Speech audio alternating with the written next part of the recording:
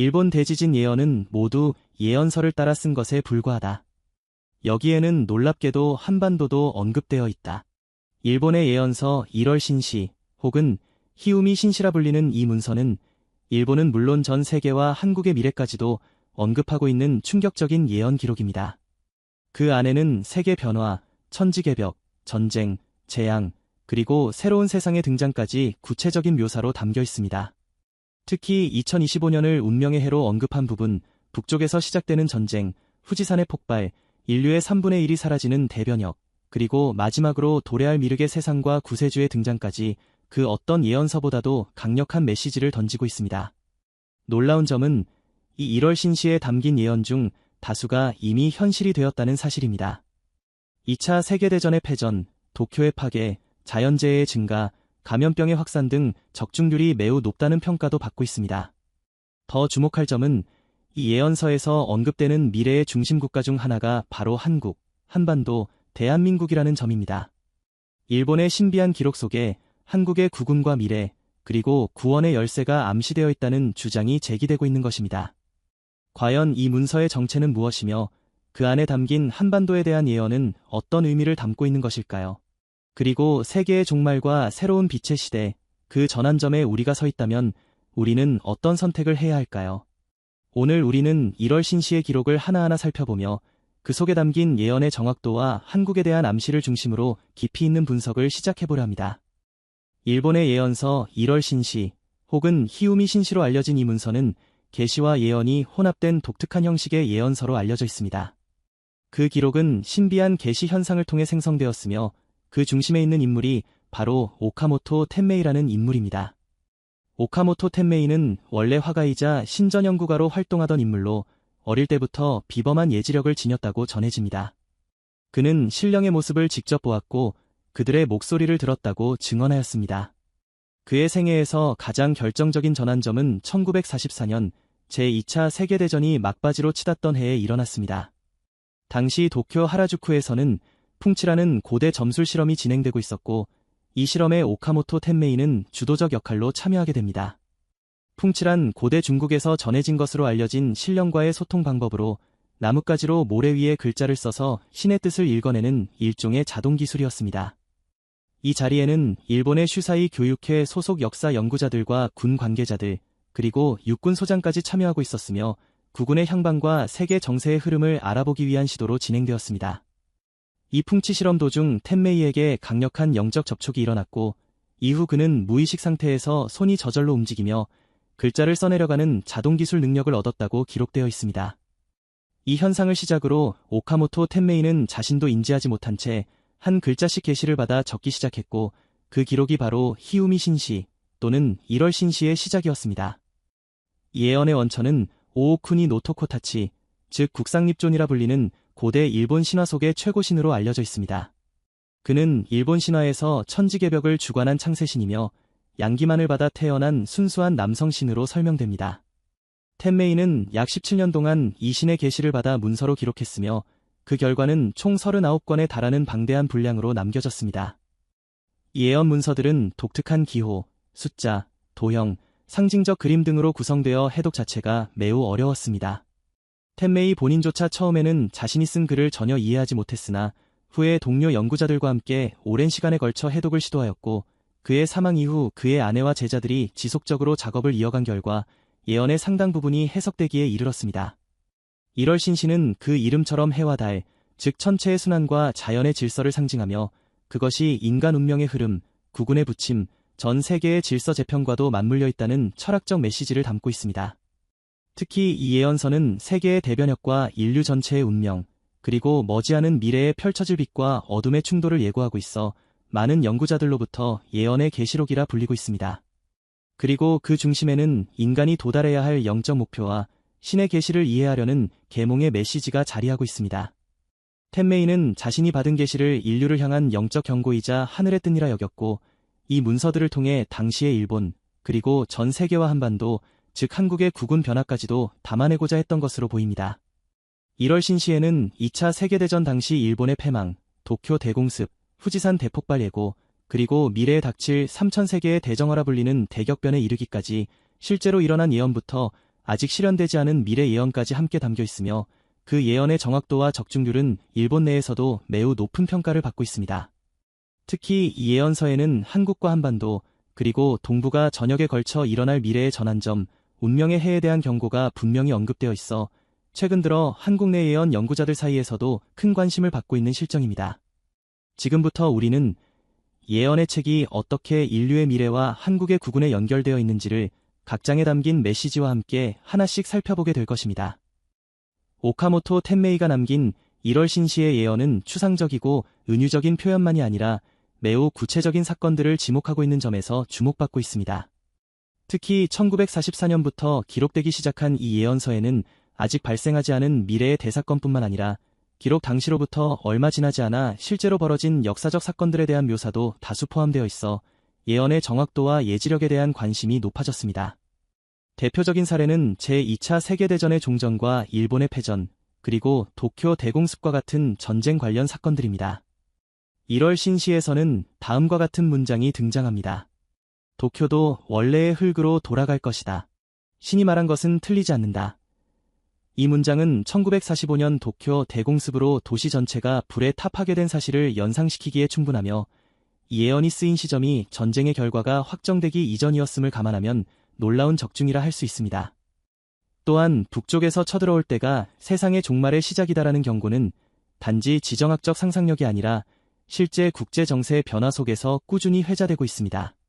북쪽이라는 표현은 지리적 위치로 볼 때 러시아, 중국, 혹은 북한을 암시하는 것으로 해석될 수 있으며 동북아시아 지역을 중심으로 한 전쟁 발발 가능성과도 연결됩니다.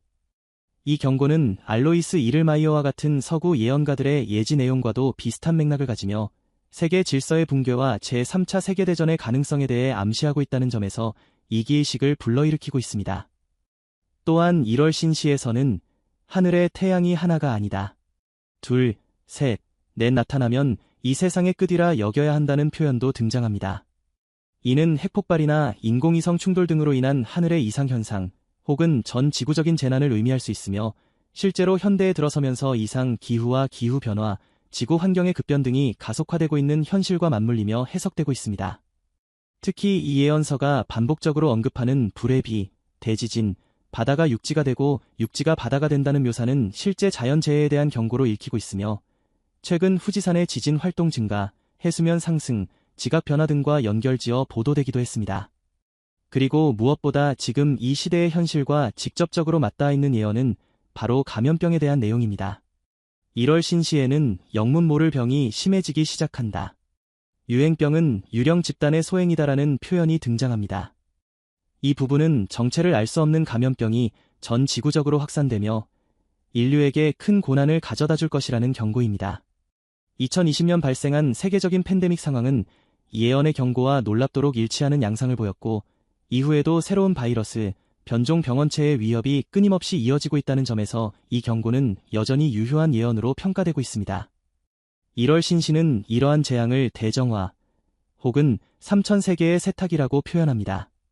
이 세상의 모든 악과 오염, 불의와 타락을 신이 한꺼번에 씻어내기 위해 물과 불의 재앙이 찾아오고 인류는 선택의 문 앞에 서게 된다는 것입니다. 대지진, 대홍수, 화산 폭발, 그리고 병난은 이 대정화의 도입부로서 예고되며 그 규모는 상상을 초월할 것이라고 경고합니다. 하루에 10만 명이 죽기 시작하면 신의 세상이 가까이 온 것이다 라는 문장은 생명의 무게와 인류 전체가 겪게 될 비극의 현실성을 강조합니다. 특히 2020년 쥐띠해를 기점으로 전후 10년간을 예언서에서는 특별한 시기로 강조하고 있습니다. 쥐의 해는 새로운 순환의 시작이며 이 시기를 중심으로 한 10년 동안 인류는 가장 중요한 선택의 갈림길에 놓이게 된다는 것입니다. 이 시기의 중간에 위치한 2025년은 운명의 해 혹은 변화의 시대로 불리며 많은 예언가들이 동시다발적으로 경고하고 있는 해입니다. 타너스님의 일본 대지진 예언, 타츠키 료의 2025년 침몰 예고, 그리고 인도 예언가 아비냐 아난드의 2025년 한반도 주목 발언까지 모두 1월 신시에서 경고한 대변혁과 시기적으로 겹치는 부분이 많습니다. 이러한 예언이 단순한 우연이 아니라면 지금 우리가 살아가는 이 시대야말로 시대의 징조가 뚜렷하게 나타나는 전환점이라 할 수 있으며 이 시점에서 한국과 일본, 나아가 세계 전체의 운명은 거대한 흐름 속에서 새롭게 재편되고 있는 것이라 할 수 있습니다. 특히 한국은 예언서에서 여러 차례 상징적으로 언급되며 동방에서 시작되는 새로운 시대, 빛의 문이 열릴 장소로 주목되고 있습니다. 과연 이러한 예언이 우리에게 주는 메시지는 무엇이며 이 흐름 속에서 우리는 어떤 준비를 해야 할까요? 지금부터는 예언서에 담긴 한반도 관련 미래 메시지를 본격적으로 들여다보려 합니다. 1월 신시는 분명 일본의 땅에서 태어난 예언서입니다. 하지만 그 속을 들여다보면 일본에 국한되지 않고 세계 전역, 그리고 동북아시아 중심 국가로 떠오르고 있는 한반도에 대한 암시가 곳곳에 포함되어 있습니다. 예언 속에는 직접적인 한국이라는 명시는 드물지만 동쪽의 땅, 신의 기운이 응집된 중심, 세계를 잇는 영적 다리라는 표현들이 등장하며 이를 한반도와 연결지어 해석하는 연구자들이 많습니다. 특히 국상립존, 즉 오오쿠니 노토코타치가 등장하는 장면은 매우 상징적입니다. 그는 일본 신화에서 처음 등장한 신으로 천지를 개벽하고 세계를 정비한 창조신으로 묘사됩니다. 예언서에서는 이 신이 히우미 문자로 된 고대의 계시를 통해 텐메이에게 명령을 내리는 장면이 자주 등장하며 그 언어 체계가 고대 한글의 구성과 유사하다는 학설도 제기되었습니다. 이는 일본의 고대 문자 일부가 한반도에서 유래되었을 가능성, 즉 문화적 근원의 연결고리를 시사하는 부분으로 받아들여지고 있으며 일본 예언서에서 한국의 정체성을 암묵적으로 인정하고 있는 단서로 해석되기도 합니다. 이러한 분석을 바탕으로 1월 신시는 한반도가 역사적 뿌리, 미래의 변화가 시작될 장소, 새로운 국운이 솟아오를 출발점으로 등장한다고 보는 시각이 늘고 있습니다. 예언서의 표현 중 삼천세계가 하나로 뒤섞일 때 빛의 중심에서 새로운 왕이 등장한다는 문장은 특히 주목됩니다. 여기서 삼천세계는 전 세계를 의미하며 빛의 중심이라는 상징은 한국의 지정학적 위치와 최근 국제사회에서의 역할 강화와 맞물려 해석됩니다. 실제로 대한민국은 짧은 역사 안에서 눈부신 경제성장, 문화 확산, 기술 발전을 이루어내며 국제사회에서 그 영향력을 키워왔습니다. 1월 신시는 세상이 크게 뒤집힌 뒤 남은 3분의 1이 새로운 시대의 기둥이 된다고 예고하며 재난과 대변역 이후 살아남는 선택받은 집단이 신의 의지를 이행하게 될 것이라 말합니다. 바로 이 지점에서 한반도는 세계 변화의 핵심 축으로서의 가능성을 지니게 됩니다. 고대부터 수많은 예언에서 동방을 주목한 이유는 단순히 위치의 상징성 때문이 아닙니다. 정신적 가치와 영적 균형을 회복할 수 있는 장소로서의 역할이 부여된 곳이 바로 동방이며 그 중심에 한민족의 혼이 살아있는 한반도가 놓여있는 것입니다. 1월 신시는 신의 나라, 빛의 땅, 신민의 몸에서 빛이 나게 된다는 표현을 통해 미래에는 한나라 혹은 하나의 영적 중심이 세계의 질서를 새롭게 구축하게 될 것이라고 전합니다. 그 중심이 일본이 될지 아니면 더 큰 영적 각성을 이룬 곳이 될지는 단정지어 말하지 않지만 다른 신의 언어로 해석될 때 진정한 신의 뜻이 드러난다는 구절은 매우 의미심장합니다. 이는 예언서의 메시지가 일본 내부 해석만으로는 온전히 드러나지 않으며 외부로부터의 해석, 특히 한국어를 중심으로 한 고대 문자나 사상의 재조명 없이는 본질에 도달할 수 없다는 뜻으로도 받아들여집니다. 특히 세상의 마지막 고개를 넘을 때 뜻밖의 자가 나와 세상을 밝히리라는 부분은 많은 예언 연구자들이 한국에서 등장할 새로운 지도자 혹은 구세주의 가능성을 암시한다고 보았습니다. 이는 동양의 예언뿐 아니라 서양 예언서에서도 공통적으로 등장하는 구원자의 출현 시기와도 맞아떨어집니다. 힐데가르트의 예언에서는 이스라엘과 형제된 동방의 왕이 언급되고 노스트라다무스는 신의 빛을 품은 새로운 왕이 세상의 중심이 된다고 예언했으며 정감록, 격암유록, 사해문서까지도 모두 이와 유사한 흐름을 제시하고 있습니다. 결국 1월 신시에서의 구세주 출현 예언은 단독으로 존재하는 것이 아니라 전 세계 예언서들과 놀라운 일치를 보이며 그 실현 장소로 한반도를 연결짓는 강력한 연결고리를 형성하고 있는 것입니다. 또한 예언서에서는 세 가지 도가 하나로 합쳐진다는 표현도 등장합니다. 이는 유교, 불교, 도교의 사상적 통합을 의미하는 것이며 실질적으로 한국은 이 세 가지 사상이 공존하고 융합된 독특한 정신세계를 유지하고 있는 나라입니다.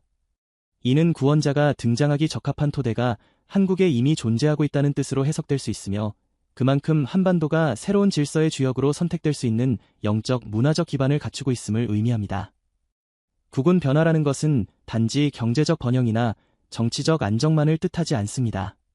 예언서에서는 운명의 해, 전환점, 시대의 징조가 모두 중첩되는 시기에 한나라의 사명이 새롭게 부여된다고 기록하고 있으며 바로 그 사명이 인류 전체를 위한 구심점 역할입니다.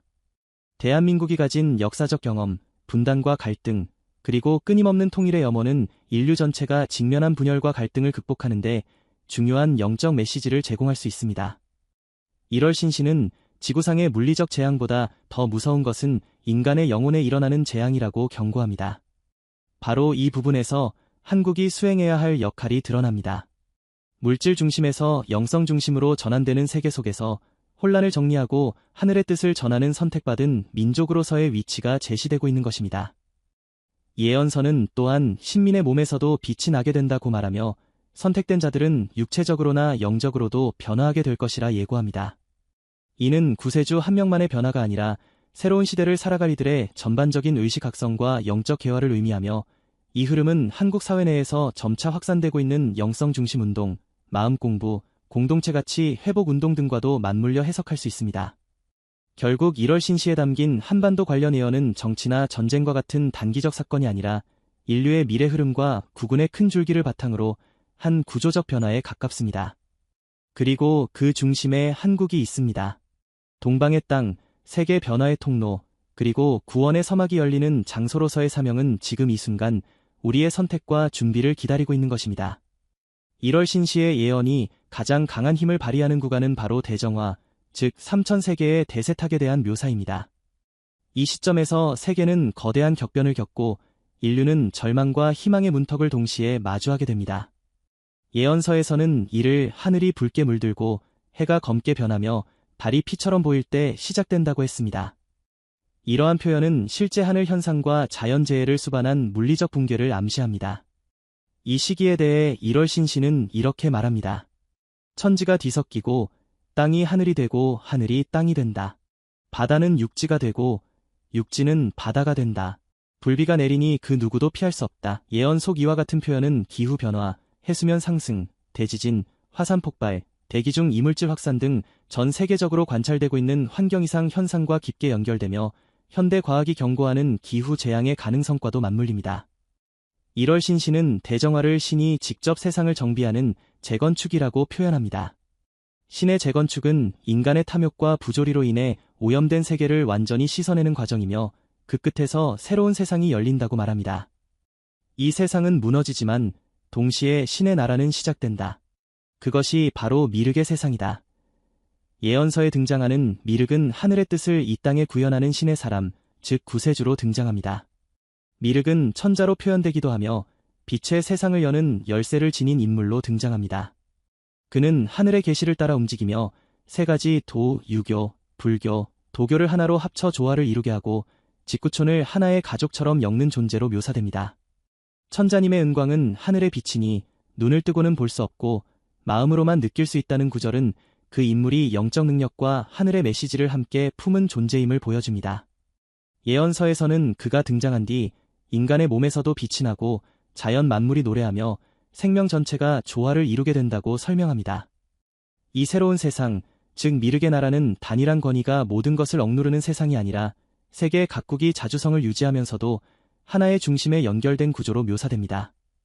지상천국은 하나의 나라이고 동시에 각각 독립된 문화가 살아있는 작은 천국들이다. 라는 표현은 단일 세계 질서 속에서도 각 민족의 고유성과 전통이 존중받는 구조를 보여줍니다. 이는 미래 세계가 획일화된 글로벌 시스템이 아니라 상호 존중과 영적 연결을 기반으로 한 새로운 질서로 나아갈 것이라는 메시지로 해석됩니다. 이러한 세상의 핵심 원리는 물질이 아니라 빛이며 정신이며 영혼의 순수성입니다. 예언서에서는 반복적으로 진짜 무서운 것은 물리적 재앙이 아니라 인간의 영혼에 닥칠 재앙이다 라고 강조합니다. 영혼이 타락하고 신의 뜻을 잊고 하늘의 길을 따르지 않으면 물질 세계의 변화는 아무런 의미가 없다는 것입니다. 이 점에서 미륵의 세상은 인간의 의식 자체가 새롭게 태어나는 세상이라고 할 수 있습니다. 그리고 그 전환점은 병난이라는 이름의 위기를 동반합니다. 질병의 신이 곳곳을 떠돌며 사람의 육체에 뛰어들 기회를 노린다. 틈을 주지 말라. 깨어 있어라. 마음을 지켜라. 이는 감염병의 공포를 넘어 정신적 침식, 사회적 혼돈, 집단적 무기력과 같은 심층적 위기를 경고하고 있습니다.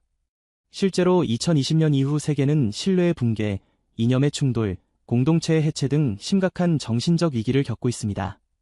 1월 신시는 이러한 병난 이후 하늘의 신은 인연 있는 영혼을 다시 살려 미르게 세상으로 이끈다고 말합니다. 이 말은 물리적으로 살아남는 것만이 아니라 영혼적으로 준비된 자, 깨어있는 자가 새로운 시대의 주인이 된다는 메시지입니다. 선택은 혈통도, 종교도, 국적도 아닙니다. 예언서에서는 분명히 말합니다. 불교와 인연 있는 사람만 구원받는 것이 아니다. 기독교, 신도, 알라신의 믿음을 가진 자만 구원받는 것도 아니다. 하늘의 신과 진심으로 연결된 사람, 모든 사람에게 길은 열려 있다. 이는 포용과 통합의 정신을 상징하며 종교와 사상을 초월한 신의 진심을 이해하고 받아들이는 자만이 빛의 세계로 들어갈 수 있음을 말합니다. 이 대정화 이후에는 지상의 모든 것이 다시 설계된다. 초목이 노래하고 동물이 춤추며 인간의 말에서 빛이 나고 하늘과 땅이 하나로 이어진다는 구절처럼 인간과 자연, 영혼과 물질이 모두 조화롭게 공존하는 신의 나라가 열린다고 합니다. 그리고 그 중심에는 한 명의 왕, 즉 천자님이 존재하며 그는 하늘의 뜻을 세상에 밝히고 삼천세계를 연결하며 구세주로서의 역할을 수행합니다. 1월 신시의 구도는 파괴와 재건, 죽음과 부활, 끝과 시작이 하나의 흐름 속에서 연결된 구조입니다. 그리고 그 순환의 마지막 단계, 빛의 시대는 기쁘고 기쁜 원래 자리로 돌아가는 것이라고 표현됩니다. 이 원래 자리는 신의 품, 어머니의 땅, 생명의 근원으로 회귀하는 것이며 의식의 중심으로 돌아가는 여정을 뜻합니다. 다시 말해 빛의 세상은 외부로 향한 확장이 아니라 본질로 돌아가는 수렴이며 인류 전체가 길을 잃기 전 상태로 복귀하는 회복의 시대인 것입니다.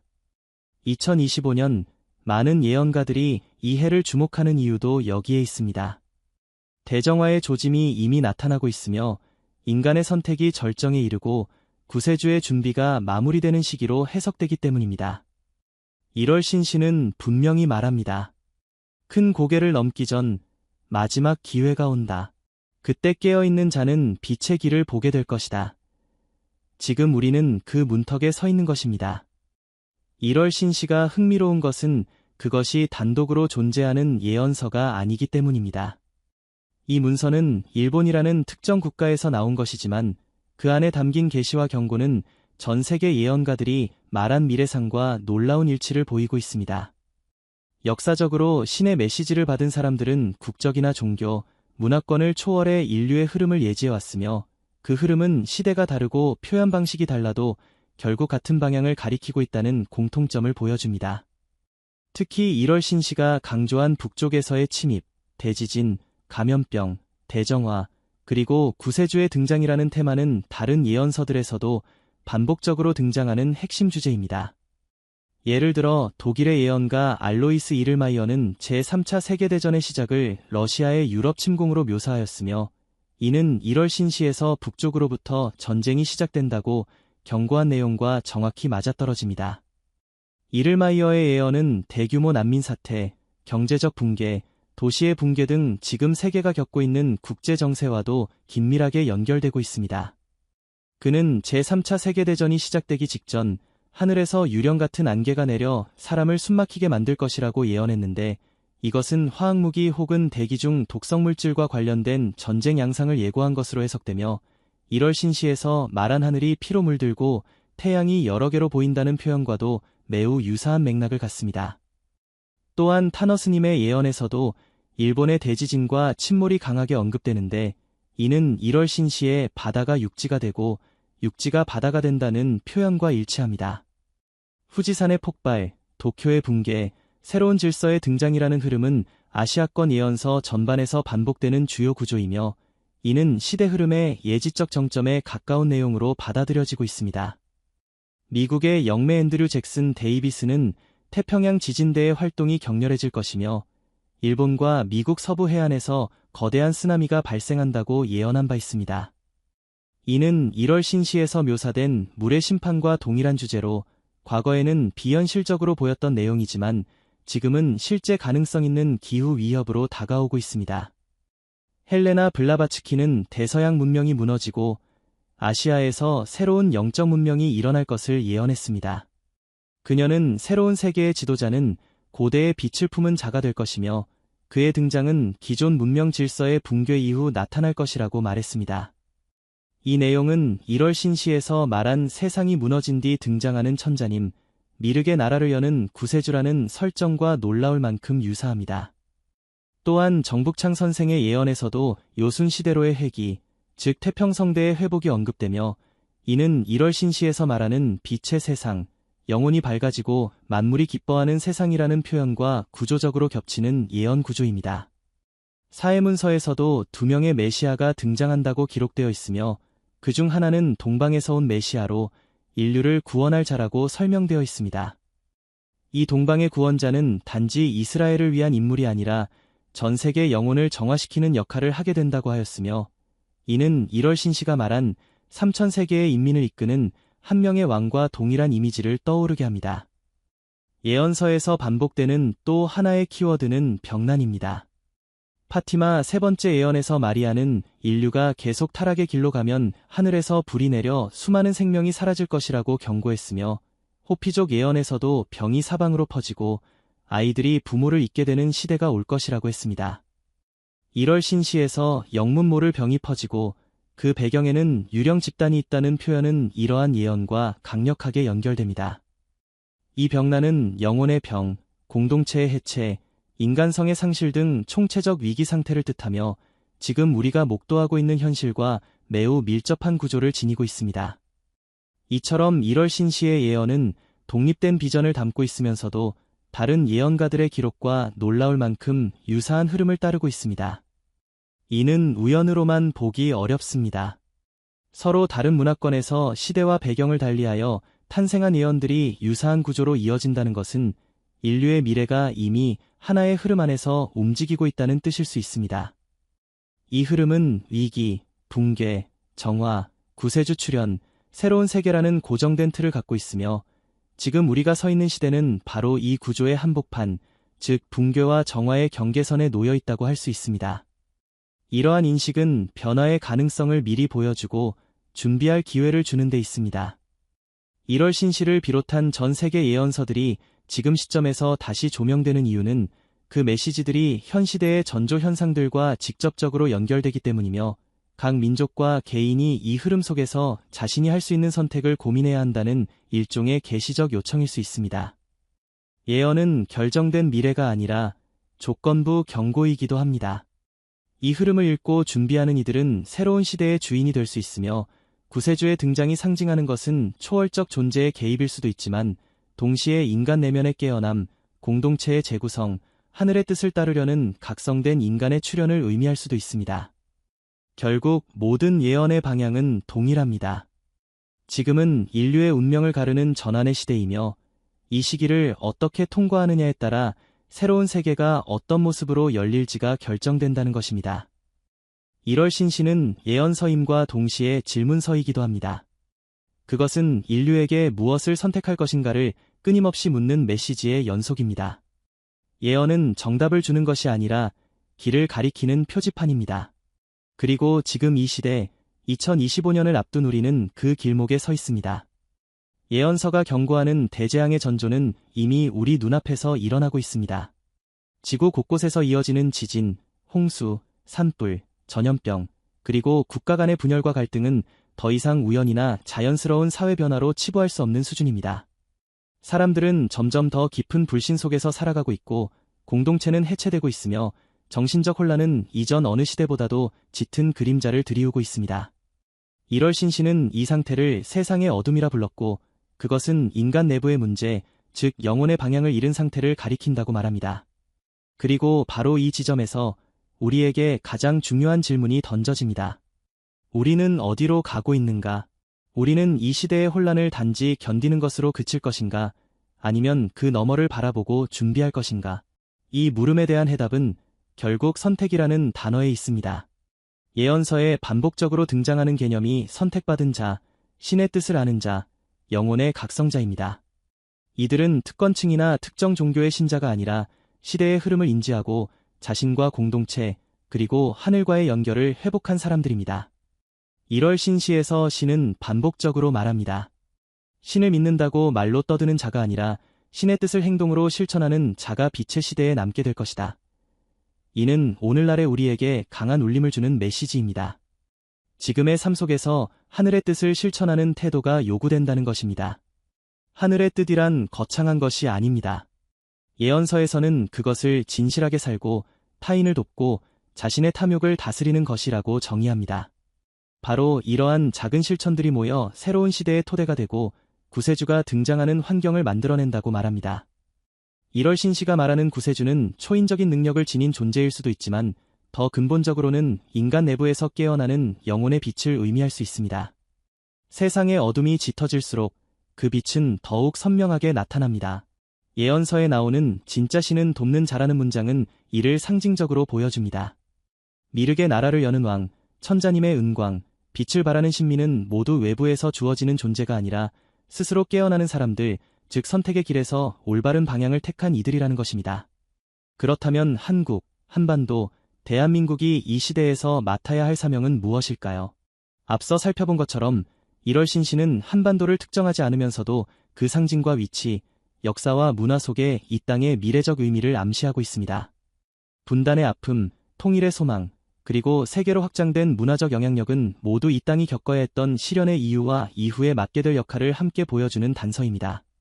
국운 상승은 하늘이 주는 선물일 수 있지만 동시에 깨어있는 민족만이 그것을 받을 수 있다는 경고이기도 합니다. 1월 신시는 분명히 말합니다. 하늘은 신의 뜻을 모르는 자에게는 아무것도 주지 않는다. 그러나 뜻을 아는 자에게는 모든 것을 맡긴다. 지금 이 시대, 한국은 새로운 문턱 앞에 서 있습니다. 외교적 갈등, 경제적 불안, 내부의 분열과 같은 문제는 현실의 표면일 뿐이며 그 이면에는 더욱 깊은 질문이 숨어 있습니다. 우리는 앞으로 무엇을 추구할 것인가? 어떤 국가가 될 것인가? 한반도는 단지 지정학적 요충지가 아니라 동서양 문명의 접점이며 새로운 문명을 꽃피울 씨앗이 숨겨진 땅으로 여겨지고 있습니다. 지금 우리가 이 땅에서 어떻게 살아가느냐에 따라 미래의 모습은 전혀 달라질 수 있습니다. 예언은 경고이자 기회입니다. 1월 신시는 수많은 위기와 붕괴의 그림자를 말하지만 동시에 이후에 남는 3분의 1은 새로운 세계의 초석이 된다고 말합니다. 여기서 남는다는 것은 생존 그 자체가 아니라 시대의 파도 속에서도 본질을 지키고 깨어있으며 하늘의 메시지를 내면에 새기고 사는 삶을 의미합니다. 결국 이 예언서가 말하는 미래는 두 갈래로 나뉘어 있습니다. 하나는 모든 것이 무너지는 길, 또 하나는 새로운 세상이 열리는 길입니다. 그 분기점이 지금이며 우리가 서 있는 바로 이 자리입니다. 미륵의 세상은 준비된 자들에게만 열립니다. 빛의 시대는 우연히 오지 않습니다. 그것은 많은 영혼의 눈물이 축적되고 올바른 선택이 반복되며 하늘의 뜻에 귀를 기울인 결과로 찾아옵니다. 1월 신시는 그것을 하늘과 땅이 하나가 되고 인간과 신이 다시 연결되는 시간이라고 말합니다. 우리는 이제 결정을 내려야 합니다. 이 시대를 외면할 것인가? 아니면 직시할 것인가? 정보만을 소비할 것인가? 아니면 삶으로 실천할 것인가? 구세주의 등장을 기다릴 것인가? 아니면 스스로가 하늘의 뜻을 실현하는 진실의 사람이 될 것인가? 지금 이 순간 각자의 선택이 새로운 시대의 방향을 결정짓고 있습니다. 그리고 그 선택은 결코 늦지 않았습니다. 예언은 미래를 고정시키는 것이 아니라 미래의 문을 여는 열쇠입니다. 지금 이 시대, 우리가 그 열쇠를 쥐고 있습니다. 이상으로 1월 신시에 나온 한국과 미래의 예언을 모두 알아보았습니다. 여러분의 의견도 댓글로 부탁드립니다. 감사합니다. 하늘이 열렸어. 내가 말하는 하늘은 구름 위의 하늘이 아니야. 신주를 탄 사람만이 보는 하늘의 문이 열렸다는 거야. 그 문 너머에서 뚜렷하게 보였어. 두 기운이 서로를 향해 밀려들었어. 하나는 멀리서 서서히 올라오고 있었고 하나는 위에서 꺼져가는 불처럼 점점 어두워지고 있었어. 2025년. 그 해는 그냥 넘어가는 해가 아니야. 하늘에서 내려온 기운이 땅의 기운을 바꾸는 때야. 내가 본 건 한 사람은 하늘에서 기운을 받아 등을 밀어주더라고. 아무리 막아도 그 사람은 올라가. 바람이 등 뒤에서 미는 사람은 사람이 막을 수 없어. 그 사람은 역사의 책장에 이름이 남을 인물이야. 나는 그 이름을 들은 건 아니야. 근데 그 기운이 너무 강해서 나도 모르게 눈물이 나더라. 사명이 있는 사람이야. 하늘이 기운을 줬다는 건 길을 만들겠다는 뜻이야. 근데 말이야, 그 반대편에 있는 기운도 봤어. 크고 강했던 기운이었지. 사람들 위에 올라앉았고 큰 소리도 냈어. 근데 그 기운 뒤에 뭐가 매달려 있었는지 알아? 업이야. 검은 기운 줄줄이 따라다니더라. 감춰진 죄가 묶여 있었어. 나는 보였어. 그 사람은 2025년 지나면서 다 드러나. 그리고 그 죄는 어디로 이어지느냐? 쇠문 아니야. 높은 담, 차가운 바닥, 그리고 혼자 남은 그림자. 하늘은 늘 경고를 줘. 근데 사람은 잘 못 들어. 난 단지 본 걸 말하는 사람일 뿐이야. 누구냐고? 그건 묻지마. 이름을 말하면 하늘 기운이 흩어져. 천기야. 천기를 누설하면 나도 탈나고 기운도 끊겨. 그 이름을 내가 말하진 않아도 듣는 사람 마음에는 벌써 떠오르는 얼굴이 있을 거야. 왜냐면 하늘은 다 알려주거든. 기운이라는 건 움직이는 거야. 들숨과 날숨처럼 올라가는 자가 있으면 내려가는 자도 있는 법이야. 그 내려가는 자는 그동안 쌓아온 죄가 이제야 하나씩 드러나는 거야. 그 사람은 몰랐을 거야. 하늘이 다 보고 있었단 걸. 그리고 그 죄는 절대로 묻히지 않아. 하늘은 절대 눈을 감지 않아. 결국은 법 앞에 서게 돼. 사람이 세운 법이 아니라 하늘이 내린 심판이야. 이 두 기운의 충돌은 이미 시작됐어. 그리고 올해 그 분기점이 결정돼. 누가 위로, 누가 아래로, 누가 역사의 인물로 남고 누가 수의 옷을 입게 될지. 하늘은 이미 답을 줬어. 나는 그저 전할 뿐이야. 이 말은 2025년을 앞두고 청주의 한 무당이 신점 자리에서 조용히 꺼낸 말이었다. 평소 말을 아끼던 그녀는 이례적으로 긴 이야기를 꺼냈고 주변에 앉은 이들은 숨을 삼킨 채 들었다. 무속계 안에서도 이름 없이 널리 알려진 이 무당은 평생을 신주를 타고 살아온 인물로 과거 여러 사건의 기운을 먼저 본 예언자로 회자되곤 했다. 사람들은 그날 이후 이 말을 계시로 여겼다. 이건 단순한 신점이 아니었다. 예언의 말, 하늘의 계시, 운명의 문이 열리는 소리로 받아들여졌다. 그리고 이 말은 빠르게 퍼져나갔다. 한 사람은 떠오르고 한 사람은 감춰둔 죄가 드러난다. 이 말에 모두가 주목했다. 도대체 그 두 기운이란 누구를 말하는 걸까? 어떤 이는 이미 떠오른 자가 있다고 말했고 또 어떤 이는 아직 그 기운이 바닥을 딛고 있지 않다고 했다. 이름은 언급되지 않았지만 많은 이들은 둘 중 한 명은 이재명, 다른 한 명은 윤석열이라고 추측했다. 해석가들은 갈렸다. 지금은 이재명의 기운이 떠올라 이미 한자리를 차지했다고 보는 이들이 있는 반면 곧 윤석열이 다시 기운을 타고 반등할 것이라는 분석도 있었다. 다만 무당은 그 어떤 해석에도 고개를 끄덕이지 않았다. 그녀는 단호했다. 하늘은 사람의 이름을 다 외운다. 내가 굳이 말 안 해도 들은 사람은 다 알게 돼. 사람은 마음으로 먼저 한다. 근데 마음이 흐려지면 기운을 놓쳐. 난 말했어. 길이 갈라진다고. 누구든 정신 똑바로 차려야 해. 그녀의 마지막 말이 가슴을 때렸다. 그리고 사람들은 알게 됐다. 예언은 단순한 예측이 아니라 누군가를 향한 하늘의 경고이자 대한민국 전체가 맞이할 구군의 분기점이라는 걸. 그녀는 청주의 외곽, 깊은 산기슭 아래서 조용히 신을 모셔온 인물이었다. 겉으로 드러난 활동은 거의 없었지만 아는 사람들 사이에서는 적중률 높은 예언가, 계시를 받는 무당, 말 한마디에 사람들이 움직이는 존재로 알려져 있었다. 특히 국가의 큰 사건이나 방향 전환의 시기를 앞두고 그녀가 조용히 입을 열면 그것은 신호탄처럼 받아들여졌다. 실제로 몇 년 전 모 지방선거를 앞두고 그녀는 큰 줄기 하나가 갑자기 꺾일 거다는 말을 남겼고 그 말은 현실이 되어 정치권에 큰 파장을 일으켰다. 그 사건 이후 그녀가 다시 무언가를 말한다는 것 자체가 예언의 성취, 예언자의 귀환이라는 의미로 받아들여진 것이다. 이번에도 마찬가지였다. 그녀는 단 한 번, 단 한 자리에 앉아 말을 전했을 뿐이었다. 하지만 그 말 속에는 한 해의 흐름이 담겨 있었고 그 안에는 대한민국 전체의 구군이 들어있었다. 무엇보다 그녀가 강조한 것은 2025년은 이미 결정된 해라는 점이었다. 많은 해석가들이 이 예언을 분석했다. 특히 예언 속 두 기운, 즉 하나는 올라가고 하나는 사라진다. 는 표현이 대한민국 정치의 양대 인물을 떠올리게 했기 때문이다. 전문가들 사이에서는 이 두 기운을 이재명과 윤석열로 해석하는 의견이 다수 나왔다. 한 분석가는 이렇게 말했다. 현재 기세를 보면 이재명이 정치 중심으로 떠오른 듯 보입니다. 선거 결과와 여론 흐름만 봐도 하늘의 기운이 그쪽으로 흘러간다는 느낌을 받는 이들이 많죠. 무당이 말한 하늘이 이마에 글자를 새겼다는 표현도 그렇게 해석됩니다. 하지만 반대편에서는 다른 주장을 내놓았다. 지금은 잠시 가라앉은 것처럼 보여도 윤석열이 다시 기운을 타고 올라올 수 있다는 해석도 많습니다. 실제로 무속에서는 기운의 반전이 하루아침에 일어나는 경우가 적지 않습니다. 더구나 죄가 드러난다는 말은 양쪽 모두에게 적용될 수 있는 모호한 표현입니다. 바로 이 지점에서 해석은 사람마다 갈리기 시작했다. 누군가는 떠오르는 자는 이재명이라 하고 또 다른 이는 몰락할 기운은 윤석열이 아니라 오히려 반대라 했다.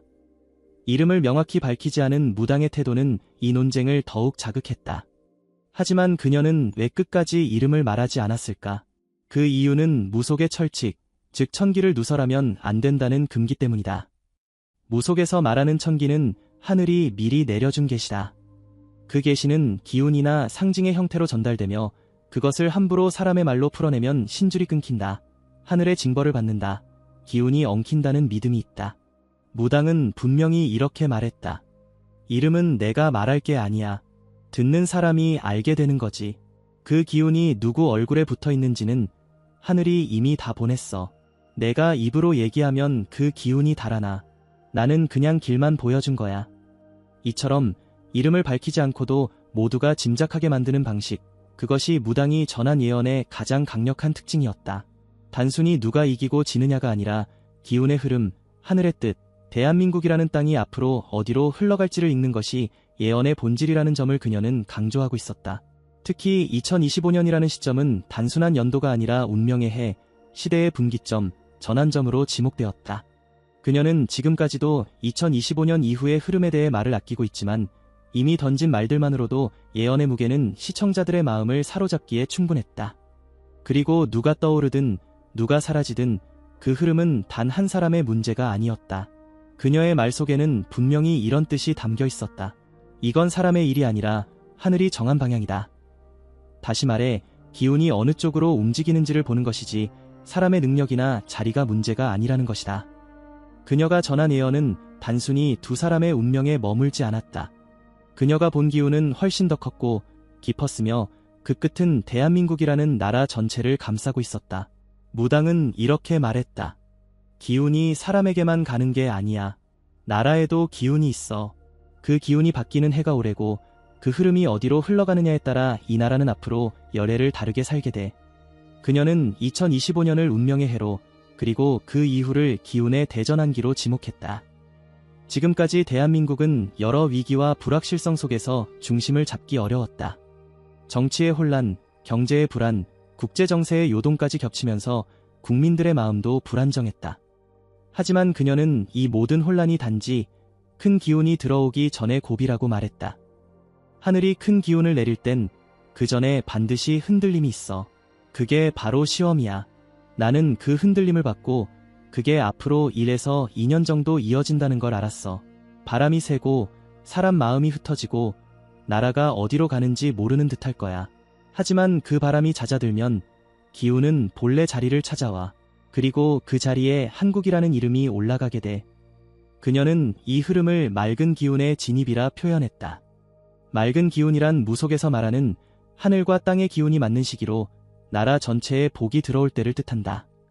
즉, 국운 상승의 시기다. 그녀는 이렇게 말했다. 1에서 2년 고비를 넘기고 나면 이 나라는 바뀐다. 단지 좀 나아지는 게 아니야. 세계가 보는 눈이 달라지고 예전에는 우리가 손 내밀던 나라들이 이제는 손을 내미는 일이 생겨.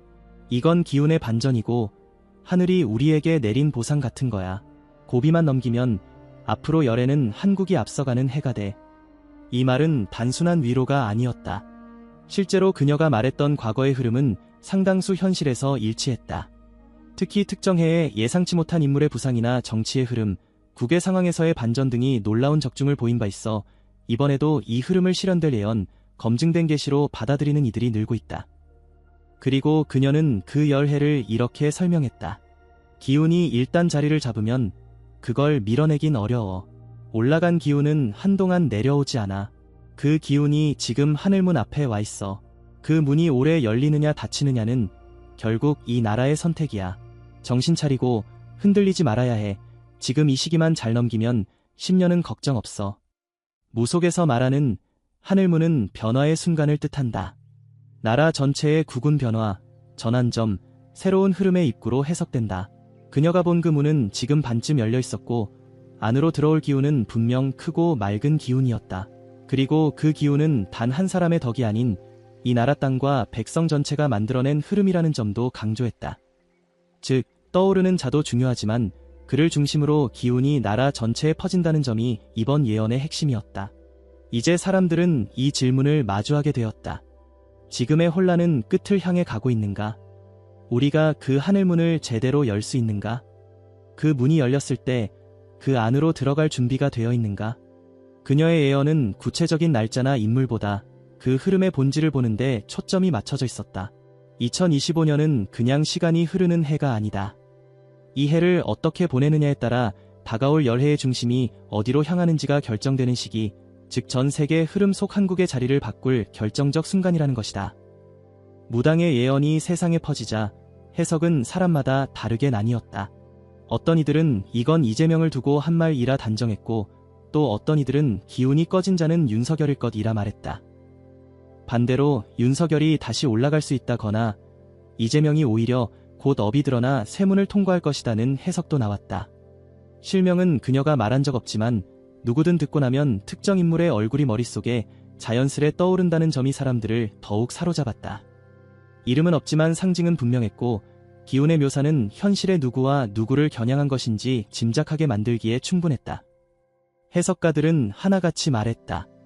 예언의 말은 상징이기 때문에 단정할 수 없다. 하지만 그 안에 담긴 흐름과 정서는 지금 한국이 처한 상황과 절묘하게 맞아떨어진다. 그렇기에 이번 예언은 계시의 무게, 예언자의 직감, 놀라운 적중 가능성이라는 관점에서 분석되고 있다. 하지만 그녀는 해석을 두고 다투는 이들에게 짧게 이렇게 말했다. 길은 하늘이 가르쳐주고 사람은 마음으로 판단하는 거야. 나는 그냥 하늘이 내려준 말을 입으로 전했을 뿐이야. 그 말을 어떻게 받아들이든 그건 듣는 사람 몫이지. 나는 누구도 골라주지 않아. 그녀의 말은 단호했지만 담담했다. 그리고 마지막으로 한마디를 덧붙였다. 이 말은 쉽게 흘려들을 예언이 아니야. 이건 경고야. 하늘은 늘 미리 알려줘. 근데 사람들은 다 지나고 나서야 알지. 지금은 아직 문이 닫히기 전이야. 누구든 기운이 닿는 자리에 있다면 정신 차리고 바르게 걸어야 해. 자칫 잘못 걸으면 큰 기운이 와도 그 안에 못 들어가. 이 경고는 단지 떠오르는 자나 내려가는 자에게만 해당하는 것이 아니었다. 듣는 이 모두에게 주어진 말이었다. 사람도, 정치도, 나라의 흐름도 지금 전환점 위에 있다는 것, 그리고 하늘은 그 방향을 이미 정했지만 마지막 선택은 인간에게 맡긴다는 의미였다. 실제로 그녀는 이렇게 말했다. 하늘은 언제나 길을 줘. 근데 그 길을 걷는 건 사람이야. 기운이 와도 그걸 틀어막는 마음을 가진 자는 스스로 길을 막는 거야. 나는 그냥 그 기운을 받고 들은 걸 말했을 뿐이야. 이 말은 듣는 사람에게 묘한 울림을 줬다. 지금이야말로 눈에 보이는 것보다 눈에 보이지 않는 기운의 흐름을 읽어야 할 때라는 신호처럼 느껴졌기 때문이다. 하늘이 기운을 움직이면 결국 모든 것은 그 방향대로 흘러간다. 그리고 2025년은 그 방향이 갈리는 결정적 순간, 전환점, 운명의 해로 기록될 것이라는 메시지가 이 예언의 핵심이었다. 이제 시청자들이 해야 할 일은 단 하나다. 누가 떠오르고 누가 꺼지는지 판단하는 것이 아니라 그 기운이 나라 전체에 어떤 영향을 줄 것인지를 느끼고 각자의 길을 준비하는 것이다. 말은 끝났고 기운은 움직이고 있다. 지금 들리는 말보다 보이지 않는 흐름을 보는 사람이 이 기운 안에 들어갈 수 있다. 하늘은 늘 먼저 말해준다. 그걸 알아듣는 사람이 복을 받는다. 그녀의 마지막 이 말은 예언이 아니라 예언의 경계선 위에 선 사람들을 향한 조용한 외침이었다. 그리고 지금 이 말을 들은 사람들의 마음속에도 한 가지 질문이 맴돌고 있다. 그 떠오르는 자는 누구이며 내려가는 자는 정말 준비가 되어 있었던 것일까? 기록에 따르면 20세기 초 인도의 남쪽 바닷가 마을에서 한 아이가 태어났다고 한다. 그의 이름은 크리슈나무르티. 아무도 주목하지 않던 그 아이는 어느 날 한 비밀스러운 조직에 눈에 띄게 된다. 그 조직은 세계의 교사가 곧 등장할 것이라 믿었으며 그 아이가 바로 그 존재라 확신하였다. 그때부터 그의 삶은 완전히 바뀌게 된다. 14살의 나이에 그는 전 세계로부터 주목받는 존재가 되었고 사람들은 그를 신의 메신저라 불렀다. 그러나 그는 그 모든 것을 거부했다. 그는 자신을 따르던 수많은 추종자들 앞에서 이렇게 말했다. 나는 지도자가 아니다. 나는 구원자가 아니다. 나는 그 어떤 권위도 인정하지 않는다. 그리고 스스로를 중심으로 만든 조직을 해산시켰다. 그가 택한 길은 침묵과 사유와 질문이었다. 그는 신을 말하지 않았다. 예언을 하지 않았다. 종교를 거부했고 체제를 해체하였으며 그저 인간이 자기 자신을 바로 보아야 한다고만 말했다. 그러나 오늘날 2025년을 눈앞에 둔 이 시점에서 그의 말은 다시 예언으로 불리고 있다. 그는 예언자가 아니었으나 지금은 수많은 예언가들보다 더 정밀한 통찰을 남긴 자로 재해석되고 있다. 여러분, 여기서 좋아요를 한번 눌러주시면 영상 제작에 정말 도움이 됩니다. 이와 같이 전해진다. 세계는 점점 더 편리해질 것이다. 그러나 그 편리함 속에서 인간은 길을 잃게 될 것이다. 기술은 비처럼 번쩍이겠지만 마음은 어두워지고 사람들은 갈 길을 잃게 될 것이다. 그 혼란은 하나의 큰 전환점으로 이어지게 되는데 그 시기는 2025년 무렵이 될 것이며 동방의 한 나라에서 그 흐름이 뒤집히게 될 것이다. 그는 나라의 이름을 말하지 않았다. 그러나 지금 사람들은 알고 있다. 그가 말한 동방의 한 나라가 어디인지 그 땅은 조용하되 단단하고 오래전부터 준비된 민족이 살아가는 곳이라 하였다. 그 민족은 수차례의 고통과 분열을 지나왔고 겉으로는 작아 보이나 내면엔 오래된 기억과 정신이 응축되어 있는 나라였다. 사람들은 그를 예언자라 부르지 않았다. 그러나 그가 남긴 말은 오늘의 현실을 정확히 꿰뚫는다. 기술은 눈부시게 발전했지만 사람들은 더 외로워졌다. 소통은 많아졌지만 진심은 사라졌다. 정보는 넘쳐나는데 방향은 없다. 그는 오래전 이렇게 말했다. 길 없는 땅 위에 길을 찾으려 하지 말라. 그 길은 누구도 대신 안내할 수 없으며 오직 스스로 찾아야 한다. 이 말은 이제 더 이상 철학이 아니다. 이제는 예언으로 불린다. 왜냐하면 지금 한국이라는 이 나라는 길 없는 땅 위에서 방향을 묻고 있기 때문이다. 2025년 한국의 미래는 어디로 향할 것인가? 사주와 신점은 말이 많고 정치와 경제는 불안정하다. 그러나 사람들은 직감한다. 지금 이 나라는 운명의 문턱에 서 있다는 것을, 국운이 요동치고 있으며 뭔가 큰 흐름이 다가오고 있다는 것을.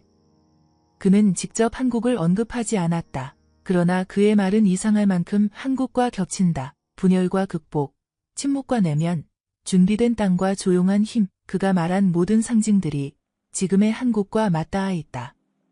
그는 이렇게 말했다. 하늘 아래 흐르던 기운이 이 해에 멈추고 다시 뒤집히게 되리라. 그날이 오면 소리를 내지 않던 자들이 깨어나고 숨죽였던 민족이 방향을 바꾸게 되리니 그 문은 조용히 열릴 것이나 한 번 열리면 닫히지 않을 것이다. 이 문장은 정확히 어디에서 나왔는지 밝혀지지 않았다. 그러나 그가 생전에 남긴 수많은 말들 속에 같은 맥락의 흐름이 반복된다. 그는 반복해서 말했다. 진정한 변화는 외부에서 오지 않으며 그 어떤 구세주도, 제도도, 구조도 인간을 구원할 수 없다고.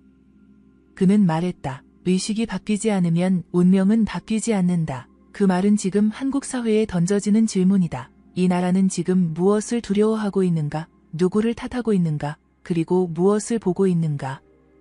그는 경고하였다. 같은 방식으로 생각하는 자는 같은 결과를 얻게 되리라. 이 말이 지금 너무도 크게 울린다. 지금까지 우리는 그를 예언자로 보지 않았다. 그러나 이제 그가 남긴 말들이 너무도 정확히 지금을 설명하고 있다. 그래서 사람들은 그의 말을 예언처럼 다시 꺼내 읽는다. 그 어떤 시대보다 정보가 많은 세상이 되었다. 사람들은 말한다. 요즘은 도무지 앞이 안 보인다. 뉴스는 하루에도 수십 번씩 변하고 누가 옳고 그른지도 알 수 없고 정치인들은 국민을 대신한다 말하지만 정작 그들의 상관은 멀다. 경제는 회복된다 말하지만 장바구니는 점점 더 가볍고 기술은 나날이 눈부신데 마음은 더 피곤하다. 그럴 때 사람들은 조용히 뒤를 돌아본다. 누군가 오래전에 해놓은 말, 한때 무시했던 이야기, 한 장의 글고 한 문장의 예언을 다시 꺼내 읽는다. 그것이 사주이든 신점이든 고대의 기록이든 사람들은 본능적으로 그 말들 속에서 흐름을 읽으려 한다. 예언은 미래를 맞히는 기술이 아니다. 예언은 지금의 방향을 묻는 감각이다. 지금 내가 선 이 자리, 이 나라가 흐르는 이 방향이 올바른 것인지 아닌지를 알려주는 흐름의 소리다. 그렇기에 지금 예언은 다시 돌아오고 있다. 유튜브에는 매일 예언이 올라오고 점집은 다시 북적이고 사람들은 그 말들이 믿음이 아닌 감각이라는 사실을 깨닫는다. 믿고 안 믿고의 문제가 아니다. 지금은 예언을 느끼는 시대다. 지금의 한국은 그러한 시대에 놓여 있다. 사람들은 알지 못해도 모두가 느끼고 있다. 무언가가 시작되고 있고 무언가가 끝나가고 있다는 것을 눈앞에 보이는 사건들보다 보이지 않는 흐름이 더 크다는 것을. 그 흐름은 정치를 가르지 않는다. 그 흐름은 세대도, 지역도, 이념도 가리지 않는다. 오히려 그것은 조용히 퍼지고 있으며 마치 오래된 기억처럼 사람들의 마음 한구석을 흔들고 있다. 그 흐름은 말없이 묻는다. 지금이 그때 아닌가? 이제 준비해야 하지 않겠는가? 이 나라는 지금 어디로 가고 있는가? 사람들은 정확한 단어를 찾지 못한다. 그러나 말한다. 올해는 뭔가 다르다. 2025년은 그냥 넘어가지 않을 것 같다. 2025년 단지 하나의 숫자가 아니다. 사람들은 이 해를 위기의 해라고도 부르고 전환의 해라고도 부르며 그냥 넘어가지 않을 것이라는 막연한 감정을 공유한다. 그는 이렇게 예언했다. 사람들은 한때 예언을 비웃었으나 그 비웃음조차 운명의 일부였다. 운명은 고요하게 회복되고 익힌 마른 시간이 되어 돌아온다. 그리고 그때 예언은 다시 사람의 입에서 입으로 옮겨질 것이다.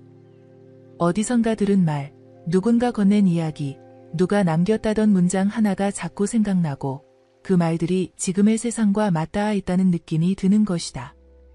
그 느낌은 우연이 아니다. 그것은 시대의 기운이다. 예언은 시대의 기운이 깨어날 때 자연이 흘러나온다. 그리고 지금 그 흐름은 다시 시작되었다. 그러니 지금의 혼란은 어쩌면 징조일 수 있다. 하늘이 움직이고 운이 움직이고 이 나라의 기운이 바뀌려는 조짐일 수 있다. 그는 말했다. 움직임은 항상 혼란을 동반한다. 그 혼란은 파괴가 아니라 재정렬이다. 이 말은 지금 2025년을 앞두고 있는 우리에게 너무도 생생하게 들려온다. 그는 또한 이렇게 말했다. 변화는 언제나 조용히 다가온다. 가장 먼저 깨어나는 자는 바람의 결을 먼저 느끼는 자요. 그 다음은 물결의 방향을 읽는 자요. 마지막은 혼란 속에서 방향을 잃고 깨어나는 자이다. 2025년, 지금 우리는 그 세 부류가 뒤섞인 세상 속에 있다. 이미 오래전부터 바람의 결을 느낀 자들은 준비를 끝냈고 조용히 변화를 향해 걷고 있으며 어떤 자들은 아직도 기존의 방향 속에서 모든 것을 설명하려 애쓴다. 그러나 이제는 어느 누구도 부정할 수 없다. 지금 세상의 방향은 바뀌고 있다는 것을. 그 바뀌는 방향을 가장 먼저 예감한 이들이 있다. 그들은 정치가도 아니고 학자도 아니었다. 오히려 외면 받던 말 속에서 길을 찾던 사람들이었다. 예언의 흐름을 따라가던 사람들, 고서의 문장을 묵묵히 읽던 사람들, 기운이라는 단어를 마음으로 이해하려 했던 사람들. 그들이 먼저 깨어났다. 크리슈나무르티는 말했다. 진정한 변화는 바깥에서 일어나지 않는다. 의식의 바닥에서 일어난다. 그리고 그 의식이 바뀌면 세상의 구조는 따라 바뀐다. 그의 이 말은 단순한 철학이 아니다. 지금 이 순간 한국이라는 나라 안에서 실제로 일어나고 있는 흐름에 대한 예고였다. 눈에 보이는 혁명은 없고 거창한 구호도 없고 하늘을 뒤흔드는 전쟁도 없지만 사람들의 의식은 분명히 바뀌고 있다. 그것은 아주 작은 것들에서 시작되었다. 사람들이 자신이 누구인지 묻기 시작했고 이 나라는 어디로 가야 하는지를 생각하기 시작했다. 단지 생존이 아니라 방향에 대해 묻는 이들이 늘어났다. 눈앞의 이익이 아니라 이 시대의 목적에 대해 고민하는 자들이 생겼다. 그들의 마음 안에서 바람이 불기 시작했다. 그리고 그 바람은 퍼지고 있다. 그 바람이 크리슈나무르티가 말한 진정한 전환의 시작일 수 있다. 감각하는 자는 안다. 올해 2025년은 평범한 해가 아니라는 것을 이미 수많은 징조들이 쌓여왔고 이제 그것이 형태를 갖추고 있다. 정치의 말로는 설명할 수 없고 뉴스의 분석으로는 닿지 않는 흐름이 이 땅을 감싸고 있다. 그 흐름은 오래전 예언에서 이미 암시된 바 있다. 동방에서 다시 한번 기운이 하늘을 뚫고 솟아오를 것이다. 그 기운은 붓지도 푸르지도 않으며 백성의 마음에서 솟아난다. 그때 진실이 거짓을 가르고 기운 있는 자가 대지를 밝히리라. 이 말은 기록에 따라 수백 년 전의 예언서에 등장하지만 지금의 시대에 너무도 정확하게 와닿는다. 정치 지도자의 이름이 아니라 국민 전체의 의식에서 일어나는 변화, 그것이 바로 기운이 하늘을 뚫는 순간이다. 돌아가는 것도 아니고 머무를 수도 없다. 한 발짝만 내디디면 문은 열릴 것이다. 그러나 그 발걸음은 두려움이 아니라 감각에서 나와야 한다. 그리고 그 감각은 이미 많은 이들의 내면에서 깨어나고 있다. 문은 고요하지만 무겁다. 그러나 그 무게는 시대의 전환을 지닌 자에게는 오히려 가벼워진다. 그 문을 열자 그 바람을 먼저 읽은 자는 지금 이미 걸음을 시작했을지도 모른다. 크리슈나무르티는 말했다. 참된 통찰은 외부의 예지에서 오지 않는다. 내면의 침묵 속에서 생겨난다. 그 침묵 속에서 우주의 구조는 그 사람에게 말을 건다. 이 말은 곧 예언은 누구에게나 열릴 수 있다는 의미다. 다만 침묵을 받아들이고 깨어있는 자만이 그것을 들을 수 있다. 그리고 지금 한국이라는 땅에서는 수많은 사람들이 동시에 같은 것을 느끼기 시작했다. 설명할 수는 없지만 무언가가 온다는 감각, 무언가 커다란 전환이 시작되었음을 인정하게 되는 마음, 그 감각은 누가 말해준 것이 아니라 스스로의 가슴 속에서 올라온다. 어느 날 밤 뉴스를 끄고도 한참을 멍하니 생각한다면 그것은 예언의 언어가 당신 안에서 울렸다는 증거다. 거리의 소음 속에서 문득 정적을 느낀다면 그것은 당신이 깨어난 자라는 표시다. 이제 예언은 고서 속이 아니라 당신의 일상 속에서 깨어나고 있다. 그것은 눈을 감고 있을 때 더 선명하며 가만히 멈춰설 때 더 크게 들린다. 그리고 그 언어는 이 땅, 한국이라는 공간에서 더 또렷하게 울리고 있다.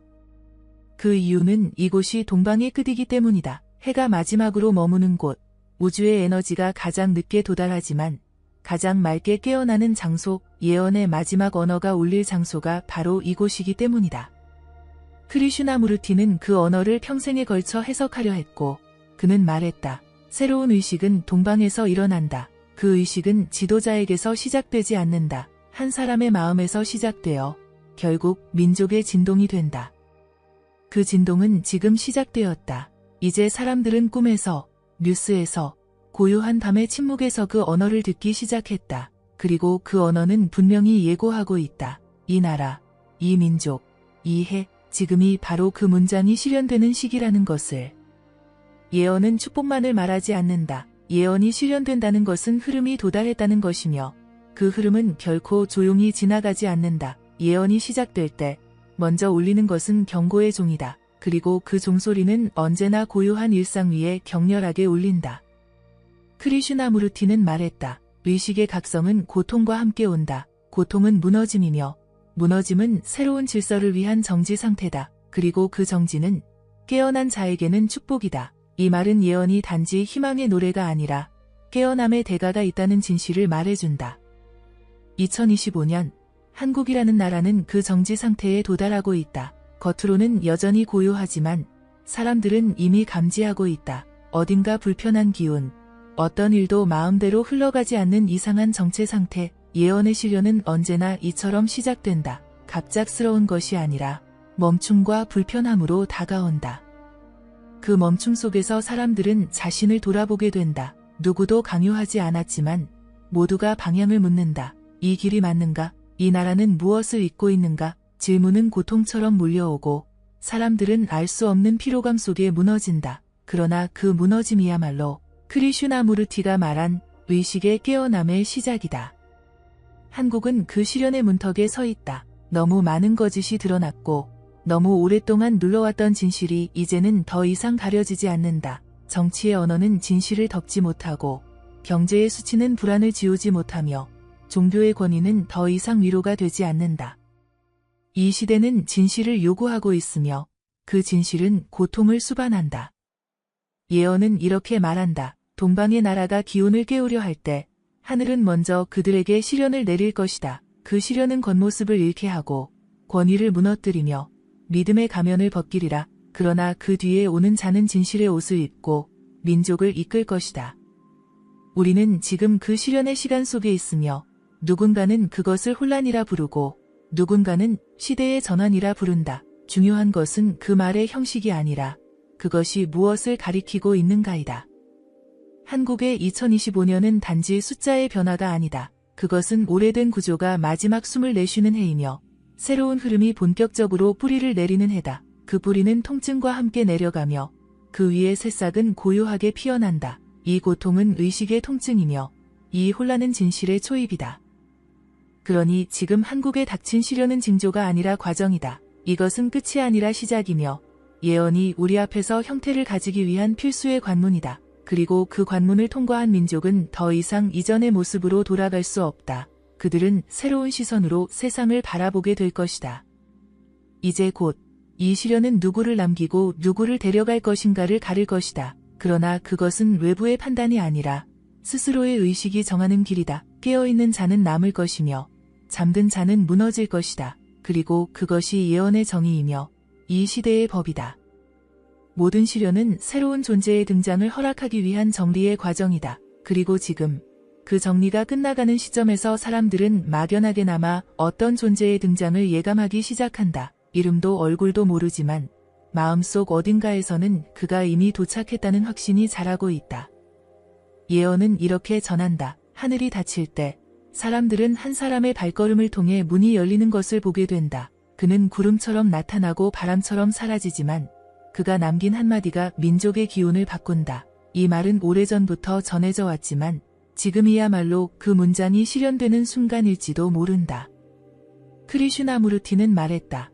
지도자는 군중 앞에 서는 자가 아니라 무리에서 벗어나 진리를 지키는 자다. 그는 그 자리에 있기 위해 선택된 것이 아니라 그 자리가 그를 부른 것이다. 이 문장은 지금 시대가 원하는 지도자의 형상과 너무도 정확히 겹친다. 거창한 공약이 아니라 기운과 의식의 밀도로 판단되는 자, 말의 화려함이 아니라 침묵 속에서 빛나는 직관으로 평가되는 자, 그가 지금 등장하고 있다.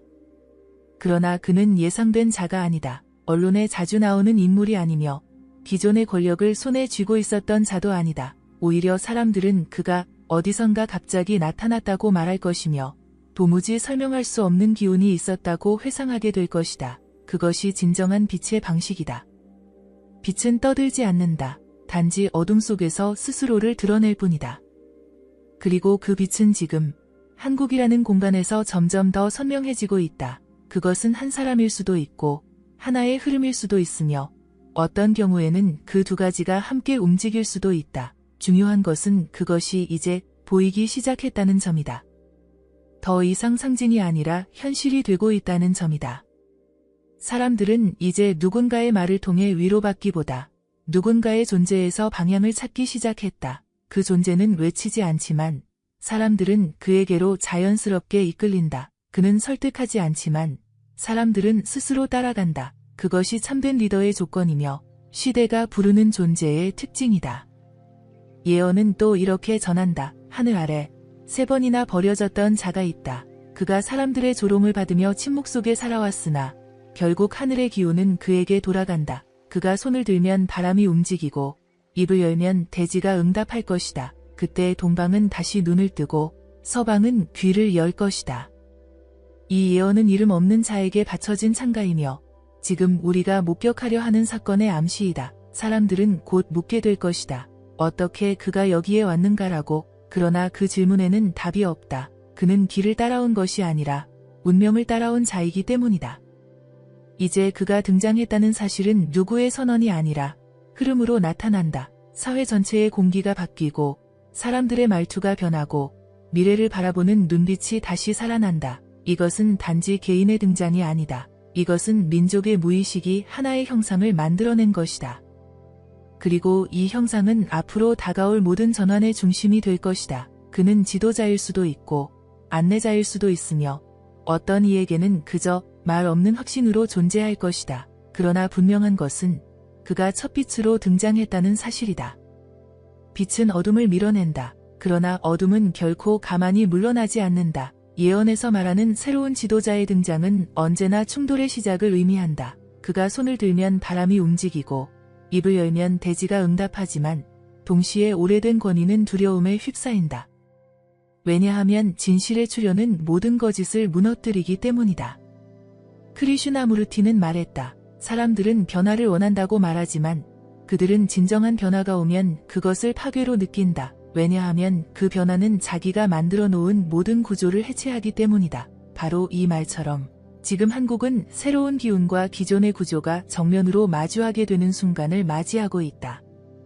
예언은 경고한다. 진실을 담은 자가 나타나면 가장 먼저 움직이는 것은 탐욕을 품은 자들의 칼이다. 그 칼은 말로서 베고 제도로서 가두며 거짓된 선의를 가장해 진실을 흩트리려 하리라. 그러나 하늘의 뜻은 이미 그 자를 보호하였으니 모든 칼은 결국 허공을 가르게 될 것이다.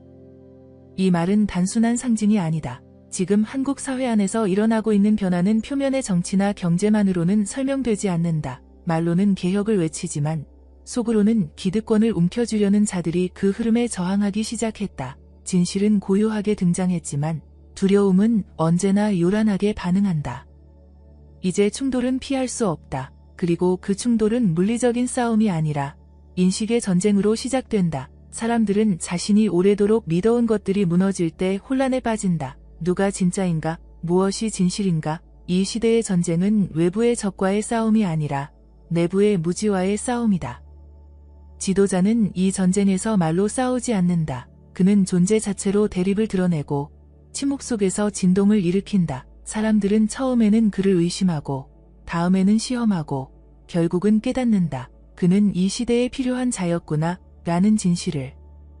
이때 가장 크게 요동치는 것은 바로 언론이다. 진실의 기운이 등장하면 거짓된 소문과 왜곡된 기사들이 퍼진다. 그는 비난받고 조롱당하며 심지어 위험한 인물로 낙인 찍히지만 아이러니컬하게도 그 모든 저항은 오히려 그를 더욱 드러나게 만든다.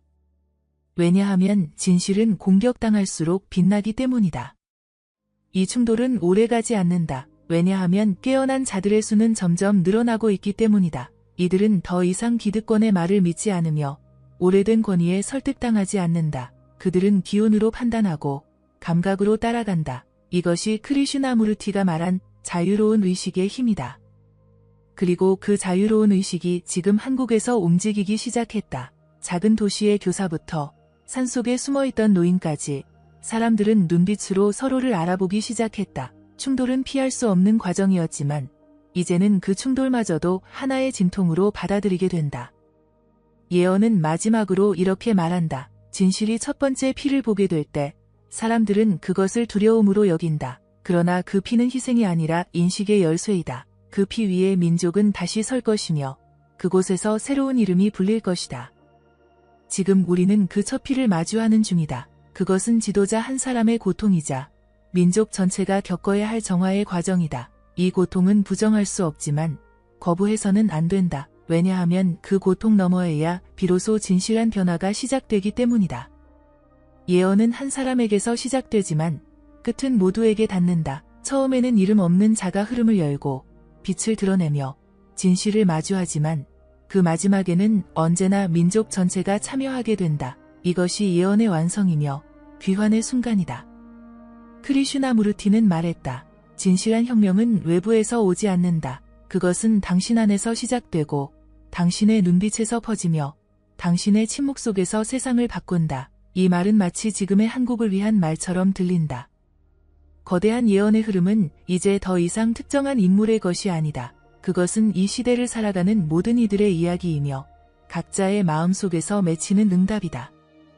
2025년을 지나며 한국은 많은 것을 잃었다. 신뢰를 잃었고 방향을 잃었으며 말의 힘조차 잃었다. 그러나 그 모든 상실은 새로운 탄생을 위한 정리였다. 무너진 자리에서 다시 눈을 뜬 사람들, 혼란 속에서도 직관으로 진실을 알아본 사람들, 그들이 지금 귀환의 시기를 맞이하고 있다. 더 이상 묵묵히 따르지 않고 더 이상 기대지 않으며 이제는 스스로가 빛이 되어 움직인다. 예언은 마지막으로 이렇게 말한다. 한 시대는 이름 없는 자로 시작되어 모두의 이름으로 완성된다. 처음엔 단 한 사람이 하늘의 소리를 들었고 마지막엔 모든 사람이 하늘을 바라보게 되리라. 지금 이 순간이 바로 그 마지막 문장이다. 우리는 더 이상 관찰자가 아니다. 우리는 더 이상 듣기만 하는 존재가 아니다. 우리는 지금 그 예언의 끝에 서 있는 존재들이다. 크리슈나무르티는 말한다. 당신이 보는 것이 바로 세상이다. 세상이 혼란스러운 이유는 당신의 내면이 혼란스럽기 때문이다. 세상을 바꾸려 하지 말라. 대신 당신 자신을 보라. 거기서부터 혁명은 시작된다. 이 말은 단순한 철학이 아니라 지금 한국이 걸어가는 길에 놓인 가장 실제적인 해답이다. 이제 예언은 끝났다. 그러나 동시에 시작되었다. 누군가는 이 이야기를 하나의 영상으로 보겠지만 누군가는 이 말을 통해 인생의 방향을 다시 잡게 될 것이다. 그리고 어떤 이는 이 흐름 속에서 자신의 이름을 새기게 될 것이다. 이것이 예언의 귀환이며 모든 것을 자신의 이야기로 받아들이는 자만이 그 흐름에 참여할 수 있다. 2025년은 한국이라는 나라가 깨어난 해로 기억될 것이다. 단지 정치적 변화 때문이 아니다. 단지 지도자의 등장 때문도 아니다. 그것은 사람들의 눈빛이 바뀌었고 마음이 흔들렸으며 더 이상 외부의 거짓에 속지 않게 되었기 때문이다. 이 민족은 다시 시작할 준비를 마쳤다. 하늘의 운은 이제 닫히지 않으며 예언은 더 이상 예언이 아닌 현실이 된다. 그러니 당신에게 묻는다. 지금 당신은 무엇을 보고 있는가? 당신은 어떤 말을 기억하고 있는가? 그리고 무엇보다 당신은 어떤 사람이 되고 있는가? 그 대답이 바로 이 예언의 마지막 문장이다. 이상으로 오늘 2025년 한국의 미래를 예언한 예언자 크리슈나무르트의 구군 예언을 마칩니다. 올해 한국이 어떻게 될지, 우리가 믿을 만한 지도자가 있는지 댓글로 의견을 남겨주세요. 시청해주셔서 감사합니다.